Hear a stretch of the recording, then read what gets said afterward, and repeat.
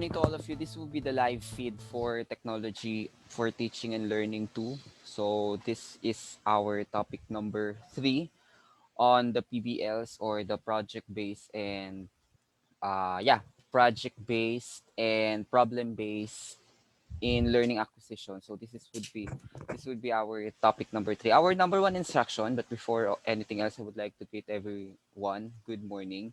So this is a live feed to be recorded, so you can just hop in and go over this video once you are free.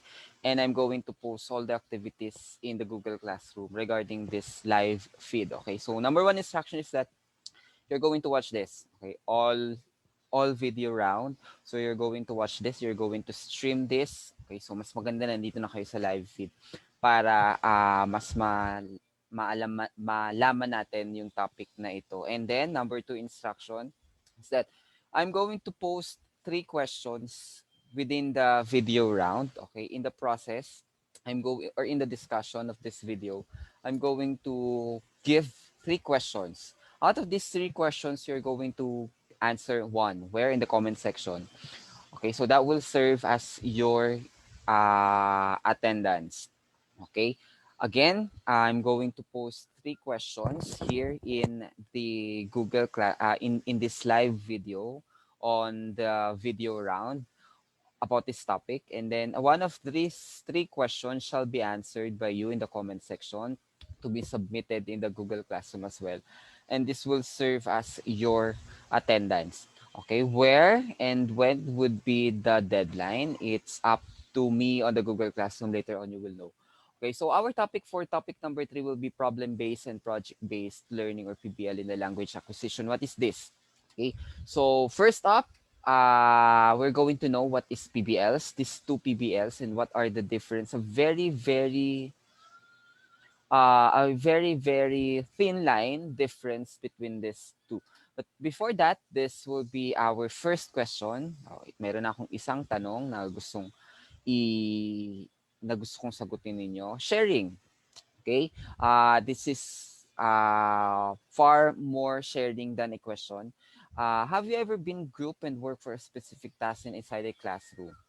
Okay, what is your most memorable task that you've created in a classroom with your group mates? And you're going to share your story in the comment section. Then that is number 1.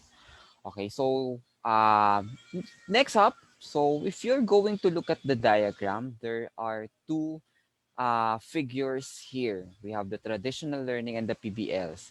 Okay, again, what is PBL? That is problem-based and project-based learning. Okay, so in the traditional learning, the difference is students are given the information they need to know. Okay, so gone are the days of this traditional learning. May Manila paper, papakopya sa inyo, and then tatayo si teacher, magtuturo habang tulog ka, and then tapos na ang klase. That is traditional learning wherein most of the students are asked to memorize the information. Aminin nyo na, nadatnan nyo yan. And then students are assigned a problem to apply the information. Okay, that's it. Okay, pero ang medyo hindi maganda doon because we have the MIs or the multiple intelligence that we have to cater about the students. So remember what I've said to you a while in our process. One of our processes rather, okay, na in the classroom there are a lot of multiple intelligences and there are a lot of multiple students that you're going to cater. Kapag binigyan lang natin sila ng isang problema to apply the information, that is a very sad story because number 1, you're going to cater just one person. Okay, so yun ang traditional learn. But in the PBL or in the project-based or problem-based learning, students are assigned a problem or a project. Okay, naalala niyo ba yung gumawa kayo ng theatrical arts? Meron pa kayong culminating activities. Those are project-based learning.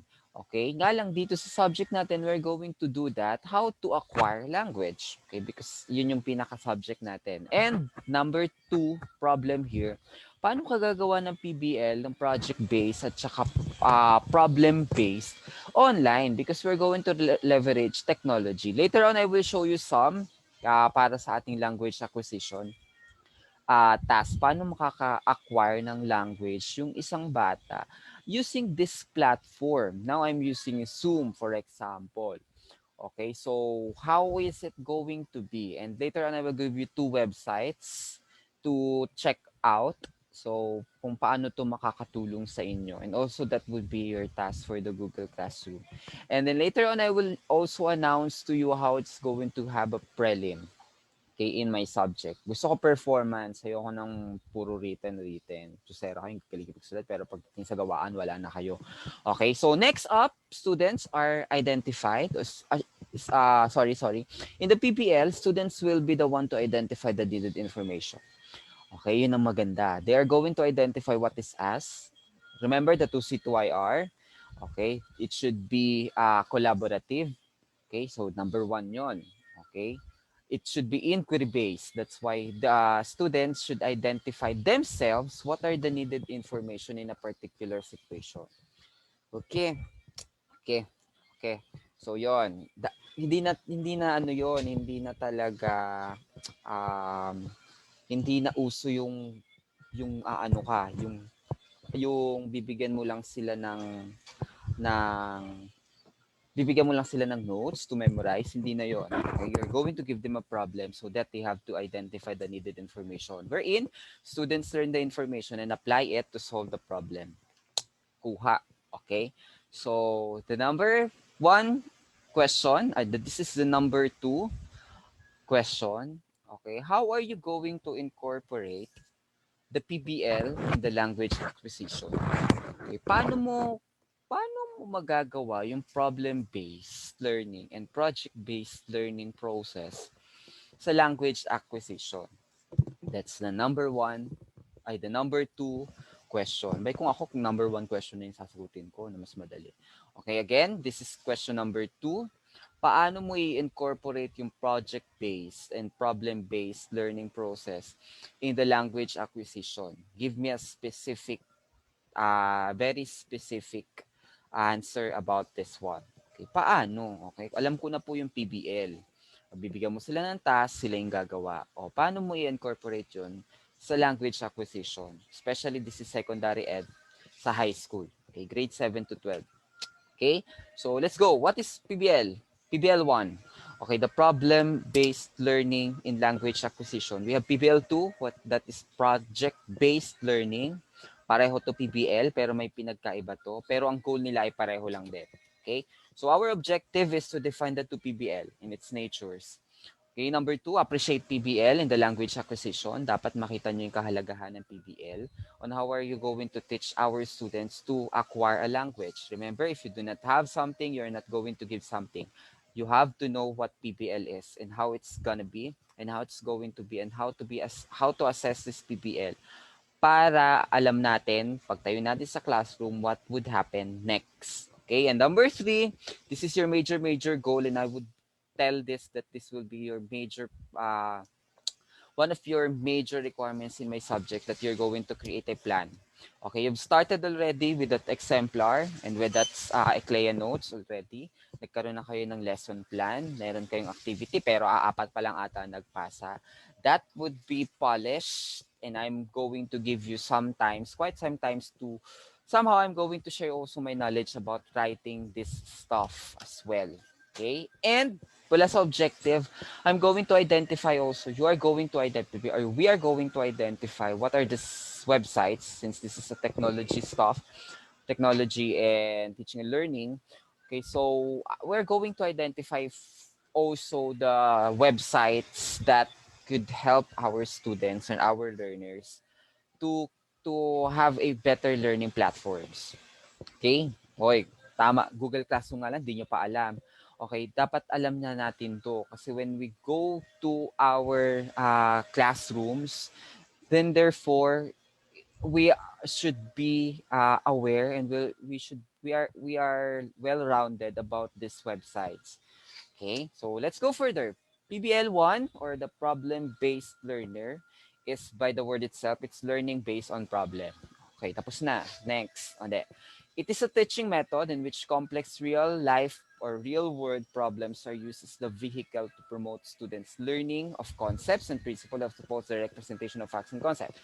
Okay, para mas madali lang nating unawain, Ito yung bibigyan kayo ng problem sa isang classroom, and then you're going to identify the problem, the hypothesis about the prior solution, and so on and so forth.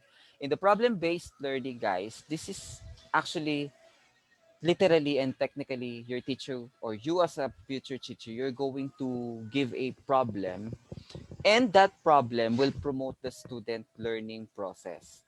Okay, dahil dyan sa problema na ibibigay nyo, okay, meron tayo mga situational analysis. Kapag nag-take kayo ng let, puro ganyan. Okay, puro situational analysis. In addition to course content, PBL can promote the development of critical thinking skills. As I mentioned a while ago, yung mga bata ay mag-iisip. Problem-solving abilities, kasi ang dami ngayong bata na hindi marunong mag-solve ng problem. And even the communication skills, that is the number one goal in English. Okay, so how are they going to acquire language? Minsan pa dyan, kapag mag-ruling tayo, kapag gagawa sila ng isang task, kailangan English lang. That could help. Okay? Pero tingnan natin kung ano yung dinedevelop natin. Kung thinking skills, kung problem-solving abilities, or communication skills. And with that, you're going to give a ground rule. It provides opportunities for working in groups, of course, finding and evaluating research materials, and lifelong learning. Okay, that is according to Jets et al. In 2001. Okay, goals of PBL, the problem must be motivated. Okay, uh, this, by the student, sorry, the problem must motivate the student to seek out the deeper understanding of the concept. Huwag naman kayo magbibigay ng problem na nakababaw-babaw naman, hindi naman na kailangan nila mag-isip. Okay, so you have to give them a situational answer. If possible, you can have a two edges option. Okay, ito option 1, ganito ang mangyayari. Option 2, ganito ang mangyayari. It should motivate our student to seek out deeper understanding of what is happening and what is the total concept and essence of that particular problem. Okay? Okay, number 2. The problem should require students to make a reasoned decision and to defend them. Okay? Kapag mahal, i-defend. Char. Okay, kapag alam, i-defend. Kapag alam yung katotohanan, i-defend. Okay, that is a... And out of that truth and out of that analysis, your students' analysis on a particular problem, they're going to come up with one decision. Dapat mangyari yon. Okay? If ever man na hindi mangyari, yung hindi sila nakapag-come up na isang decision, may mali. Okay, tutukan mo na yung grupong yan. Okay, they should come up with one output. Ay, mali. One output sa project-based. Ito sa problem-based decision ang ina-output. Oh, meron na kayong pinagkaiba. And to defend them. Okay, not just to create an output, or not just to create a decision, but they have to defend them. Okay, the problem should incorporate with the content objectives. Number 1 error, guys, na nakita ko doon po sa inyong tawag dito, lesson exemplar, if I'm not mistaken, wala, ayoko na palang sabihin. Okay, pero meron akong nakita doon na yung objective niya ay hindi uma-align sa mga activities niya. Yan. Okay? So, hindi yun pwede. At kung ano po yung ginawa ninyo, guys, doon sa simula, sa panimulang activity, dapat po, yun po yung dapat yung hanggang dulo. Kung nag-prelim, pag ano ba yun? Kapag nagpa-quiz ka sa simula to get the tawag dito, to assess your student, okay, tinatawag na natin yung pre-quiz. Okay, dapat yung mismong question na yon, yung 5 question na yun din yung post-test mo. Okay, kung ano yung pre-test mo, yun ang post-test. Huwag kang gagawa ng panibago. Why? It should incorporate to the content objective. Dapat ma-meet mo yung objective. 1, 2, 3 in 1 hour or so. 15 minutes lang ang discussion doon, guys, sa katotohanan. Okay? If it's used for a group project, let's go back to PBL. This is project-based. This is problem-based learning. The problem needs a level of complexity. Paki-check po yung level of complexity ni that particular levels of complexity na sinusunod natin even in the DepEd or the Department of education. Okay? Ano po yung levels of complexity, sir? Dapat first year pa lang kayo, alam nyo na to. Okay, so the levels of complexity by a particular author wherein it should be measuring which describe the characteristic of an organization or social system. In our case, this should be inside the classroom.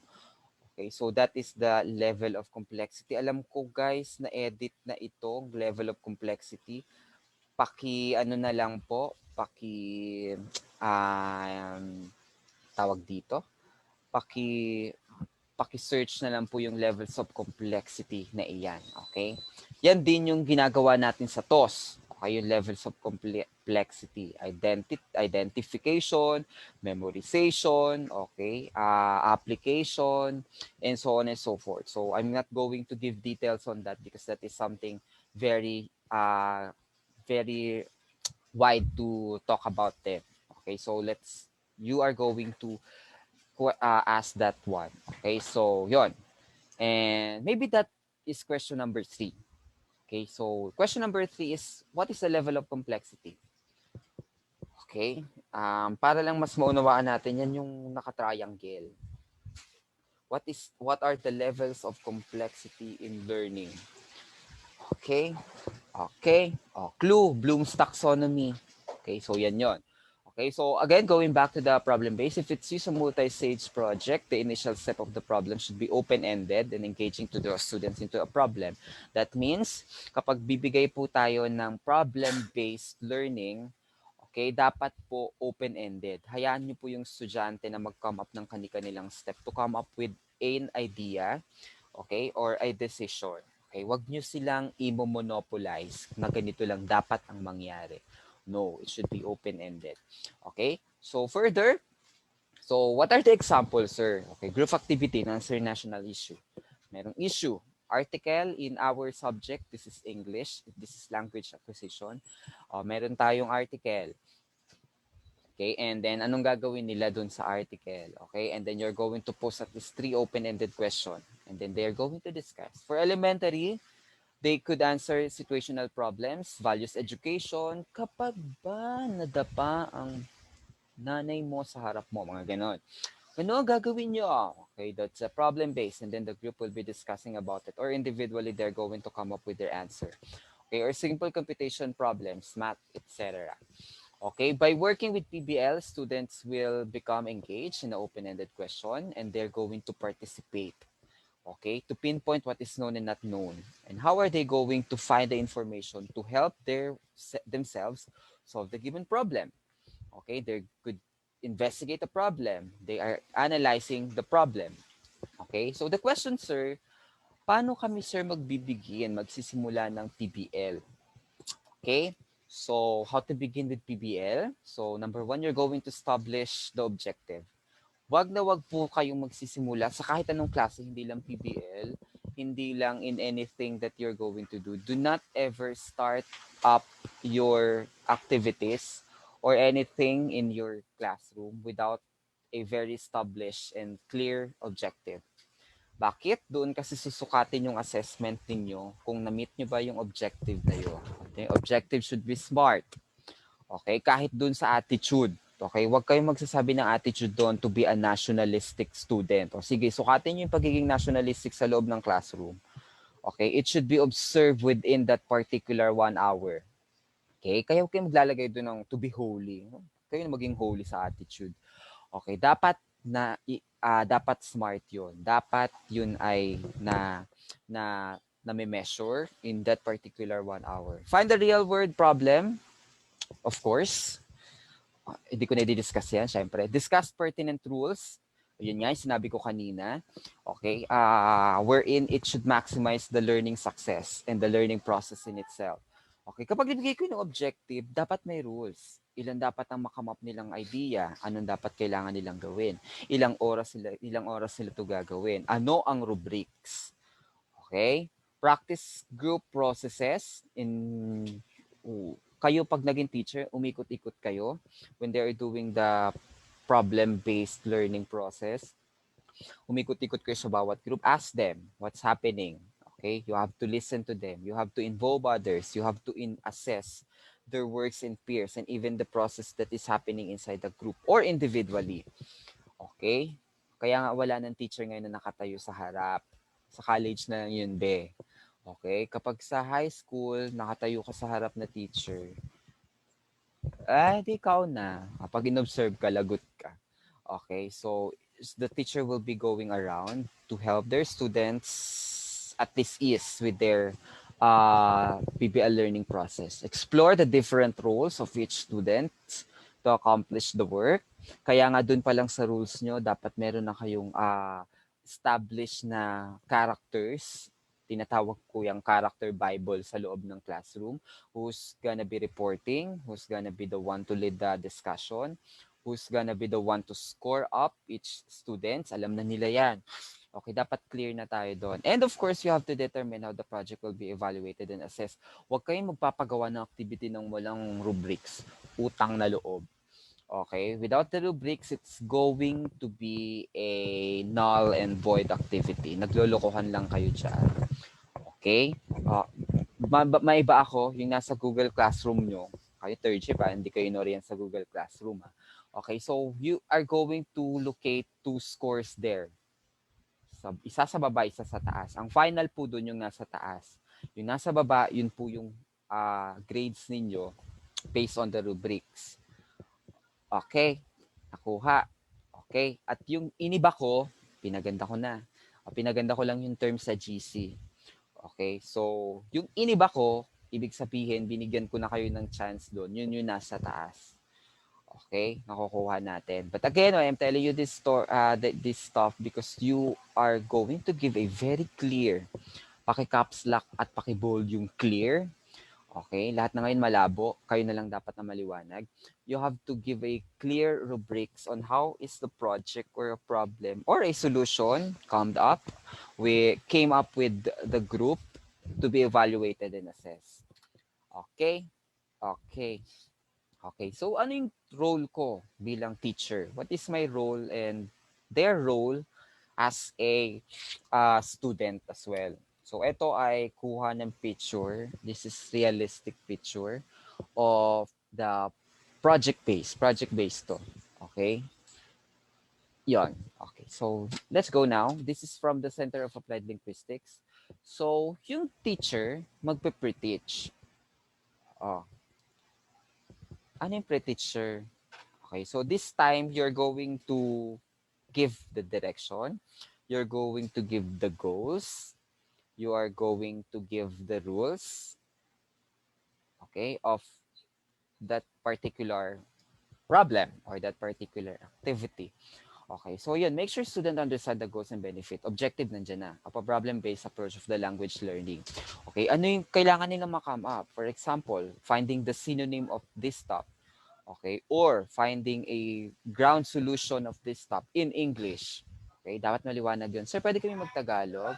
Pwede din namang magtagalog if hindi nyo objective yung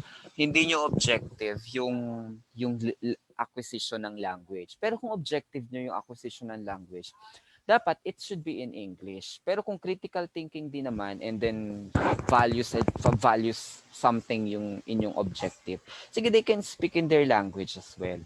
Again and again, depende yan sa objective. Pero kung language acquisition, make them i-align nyo sa ESL kung ano yung kailangan nilang gawin. Kailangan nilang sa reporting, kailangan language na kailangan nilang gamitin. Okay? So the student will beat the problem.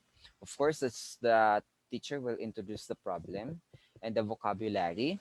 Of course, paano yun, sir? Picture, video, text, situation. Okay? Wherein you're going to introduce also as a teacher the vocabulary related to the problem. Okay? And then, of course, the student will meet the problem. Okay? So, si teacher, you're going to group the student. Pwede po bang individual? It depends on your objectives. Again, parang sa research lang to. Huwag kayong lalayo sa objective ninyo. And that's the statement of the problem ninyo. Okay, pareho lang yun. Okay, so you're going to group the students, preferably in groups. to have the proficiency level of the coordination. Okay, kailangan collaborative to C2IR. Okay, kailangan you're going to provide the resources. Okay, para yung mga estudyante mo, they can explore what are the identified and not identified uh, aspects of that particular problem. Okay, ikaw naman teacher, kapag nagbigay ka na ng problem, huwag kang paanga-anga dun sa harap. Okay, or kaya nagbigay ka ng problem, tapos nakipagchismisan ka na sa kabilang room. Okay, tapos naghawa ka na ng Avon. Tapos next month pa yung bayad. No, you should observe and support. Okay, you should observe, you should take note, you should provide feedback of the student participation in the process in itself, in the activity on the language used during the activity. Sino ba doon ang Tagalog ng Tagalog? Sino doon mga estudyante mong paanga-anga? Okay, you have to call their attention. And you cannot do that if you're not going to observe. Kasi nagbabrowse ka lang ng Avon brochure sa kabilang room. And then the student will generate a possible solution on your feedback. Okay, the problem is that students are not responding to a possible solution because the teacher is not clear in the expectation. Okay, you have to do that. Okay, the teacher should follow up and assess the progress, provide follow-up, provide students and opportunities to present their share kapag kailangan nila mag-report. Okay, and you're going to assess the student participation and success in the activity. Kuha. Okay, the students naman should consider the consequences and choose the most viable solution. Of course, to get the best output or the best output or the best decision out of that problem-based learning process. Okay, so the student and the teacher will come hand in hand to have a better learning process. Okay, so ano naman yung pinagkaiba ni project-based at saka problem-based? Thin line lang, okay? Si problem-based, usually nangyayari yan sa loob lang ng classroom. There is a specific problem. Pwede ko pa uwi sir yung gawain, of course. Pero, sa problem-based, hindi. Kasi kailangan mo silang i-observe within that specific time. Kapag project-based, this is the assignment of task. Okay, pwede mo na itong ipauwi. That will lead to the creation of a final product. Sa problem-based, yung nakakome up nila ay decision. Sa project-based, nakakome up nila ay output. Okay? Nakukuha natin. Okay, so for example, okay, sa project-based, kailangan lang nila makakome up ng isang theory. Okay? Bakit nangyari to? Sa project-based, kailangan nilang makakome up ng pinaka-output. For example, full-length theatrical act, prototype creation MIL, audio visual presentation sa kanilang travelogue. Okay, pumunta sila sa isang lugar. Siyempre, madami sila doon. Nag-travel sila and then they're going to present an AV presentation or audio visual presentation. And then the scientific formulation of a product in science, may tawag dito eh. Okay, investigatory project. That is a project-based. Okay, so, sir, nagkaiba lang sila sa output? Yes. Okay, may pinagkaiba sila konti sa process kasi nga, hindi mo sila ma-observe at home kasi i-observe mo na lang yung output nila. Ito sa project. Okay, pero sa problem-based, dapat na-observe mo sila. Okay, sa problem-based, ang output nila ay decision. Okay, so ano yun naman yung pinagkapareho nila? Okay, problem-based and project-based, the two PBLs are focused on open-ended question or task. Ibig sabihin ng open-ended guys, they have to come up with that particular output or particular decision. Wag na tayong pumasok dun sa masyadong malawak na ititest pa natin yung schema ng bata. Okay? Stick sa objective. Kuha. Okay? Kaya naman masyado naman tinatry yung bata yung schema nila, wasak na. Okay? So, focus on the objective. It should be open-ended question. Okay? And ang goal mo dyan, binigay ko na kanina, pareho lang naman sila ng goals. Okay? Ay para matest mo yung kanilang critical thinking skills. Again and again, based on your objective. Okay? Provide authentic application of content and skills. Yes, dapat lahat ng content at lahat ng skills ay merong output at may authentic application. Of course, build the 21st century success skills. Ito na yung life skills na sinasabi. Emphasize student independence in inquiry. And are longer and more multifaceted than traditional lessons or assignment. Okay, ano naman ang pinagkaiba nila? Okay, so I've mentioned a while ago, yun na yung pinaka-summary ng aking tawag dito, ng aking discussion about problem-based and project-based. Okay, so these are, you just have the screen grab, pero ito din yun, yung mga sinabi ko kanina. Okay, so the differences are there. Often multi-subject. Si project-based, sumatagal siya ng months.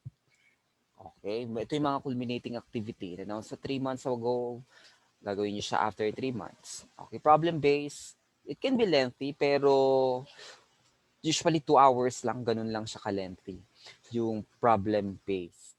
Okay, project-based follows general various named steps. May mga steps and steps.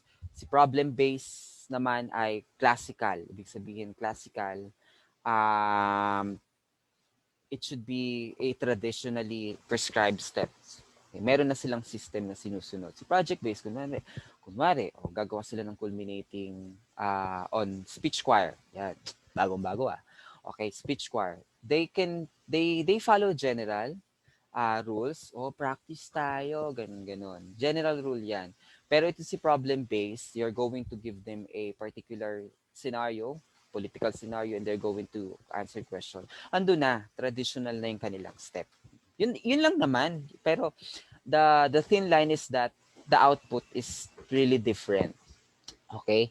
The output is somewhat really different. The process is somehow different. And then the length. Yung length yung pinaka nagkaiba kasi medyo mahaba si project-based scenario. Pero pagdating sa goals and then sa rules ng teachers at saka students, nagkapareho lang yan. Okay, so ito na yung tanong. Since this is technology and teaching and learning, paano namin gagawin, sir, yung PBL gamit yung technology?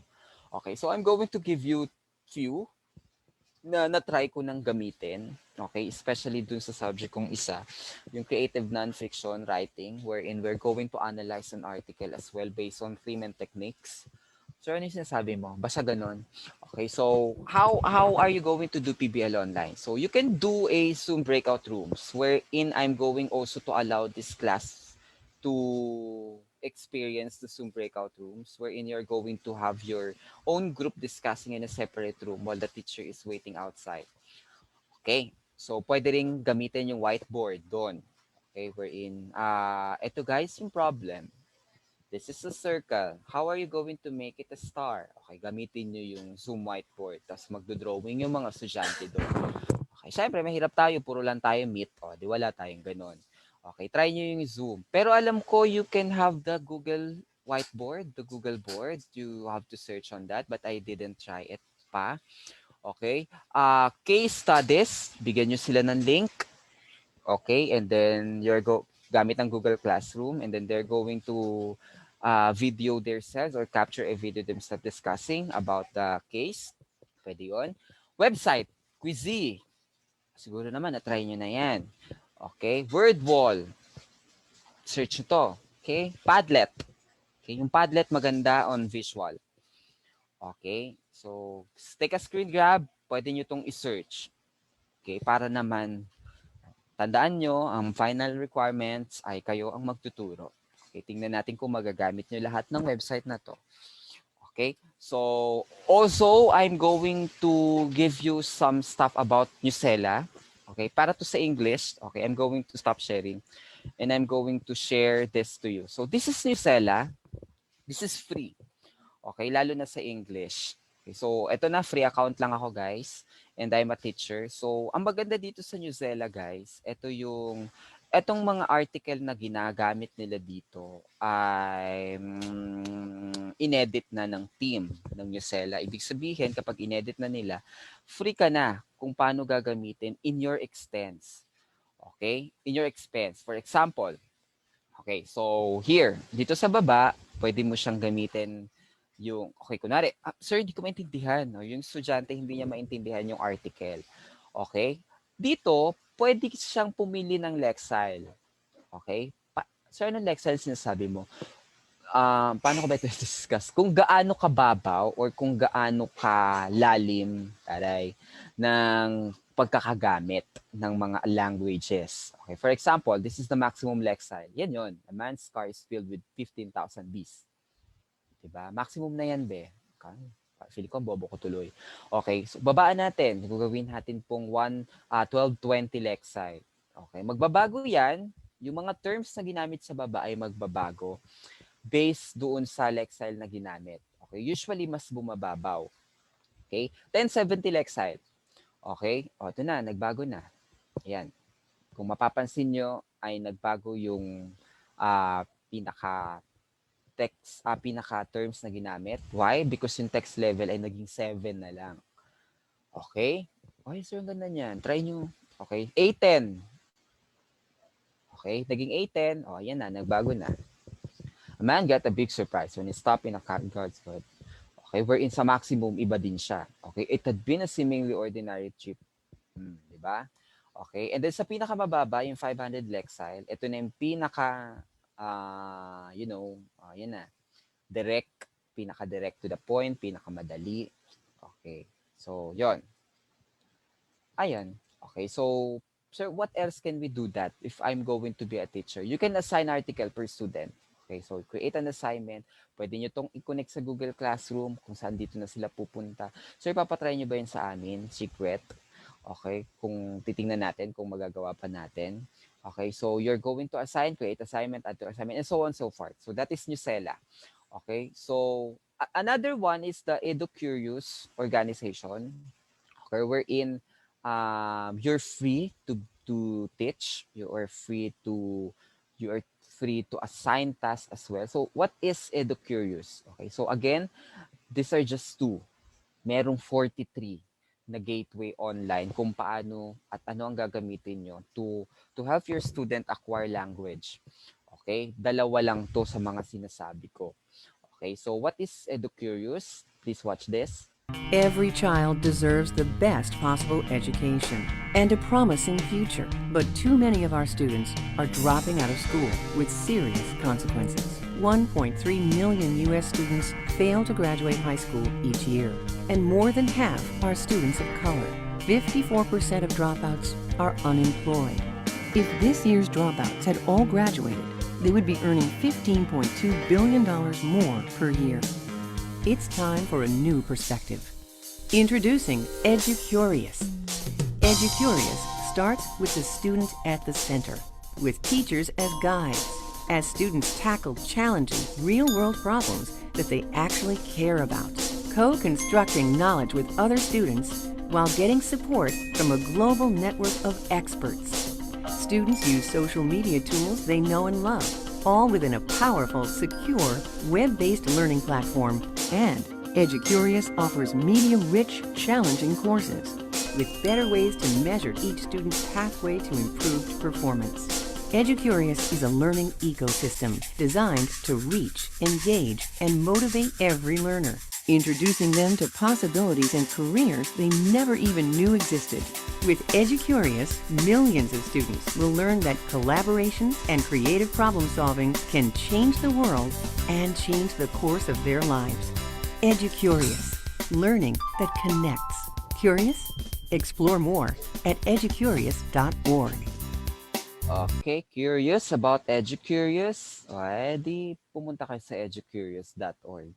Okay, so that would be our lesson for this time. So again, that is the PBLs. The PBL1 is the problem-based learning.